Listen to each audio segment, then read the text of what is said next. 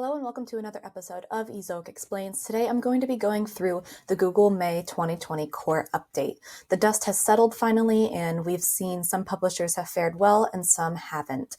Let's take a look and see what we know about the Google core update. So Google does a core update about every few months. We saw 2020's first core update in January. The year's second update was then announced on May 4th, 2020.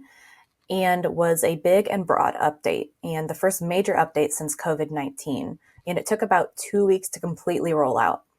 There have been multiple mini updates since January that were meant to help more relevant and accurate content about the pandemic rank better than others, especially in regards to local news publishers. At the end of the January update, Moz compiled a list of content verticals that seemed to be the most affected, measured in temperature. The same categories seem to have been affected in the May 2020 update as well, which is not surprising. You have health, family, beauty, finance, internet, etc. Rank volatility shot up May 5th and 6th for many categories, as shown in this graph from SEMrush for this latest update. Some categories quadrupled in search volatility, such as travel, which is not surprising. When we look at volatility by niche, we can see that the May 2020 core update increases rank volatility and highly affects the top 10 results in travel, retail, finance, and health. Overall, this update affects ranking and positions more than the January 2020 core update.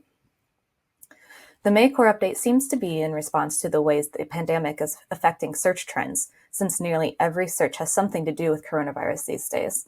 Search trends have never been so polarized before and all at once, especially globally. Google has many of these coronavirus terms broken down by day, week, and top trending term, and this data right here shows that COVID-19 has impacted nearly all corners of the world economy and the way that people are searching. The May update seems to continue to help local news publishers who have been one of the most affected niches from the pandemic. These updates helped smaller news publishers appear first in the results or in the carousel at the top of the search results, depending on where the user's from. This helps searchers get more accurate information per their location rather than just national news.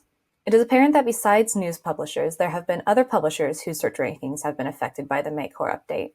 We've seen some larger publishers have seen drastic changes to certain landing page traffic and rankings, such as this publisher right here. In Google Search Console, their impressions dropped to 0 after the core update for the query haptic touch, even though 2 days before, they had over 3,000 impressions. It may also have been de-indexed from the results page. Once the query is clicked on, you see that clicks and impressions do appear, but impressions have decreased post-update by roughly 70% and clicks by 75%. In further investigation, it seems that Google is conducting a lot of tests on their search engine results page. If you look right here, this publisher, who writes about Apple technology, seems to be impacted by the core update. When haptic touch was searched in a desktop Chrome browser, it ranked number 6. Then, when it was searched for in a mobile Google Chrome incognito browser, it ranked number 5.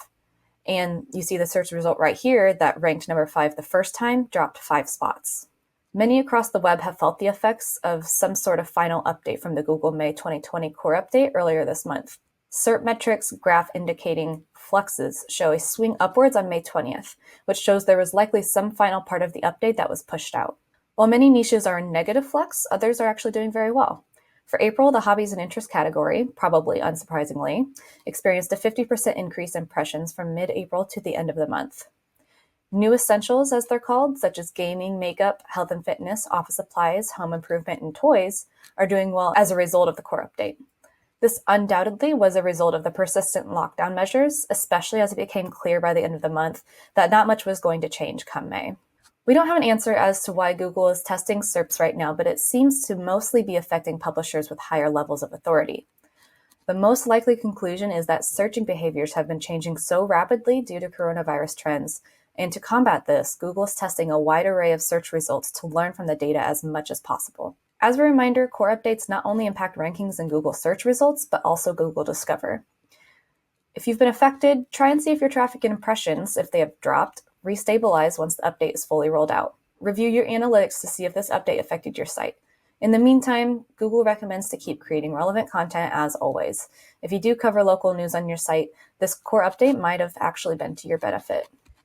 And that's it for this episode of Ezoic Explains. If you like this video, please subscribe to the playlist. Please subscribe to the Ezoic channel. You can find us on LinkedIn, Facebook, Instagram, YouTube, Twitter, and at ezoic.com. We have ezoic.com/blog, where you can find updates Mondays and Fridays on our coronavirus blog and how it is affecting ad rates. This has been another episode of Ezoic Explains.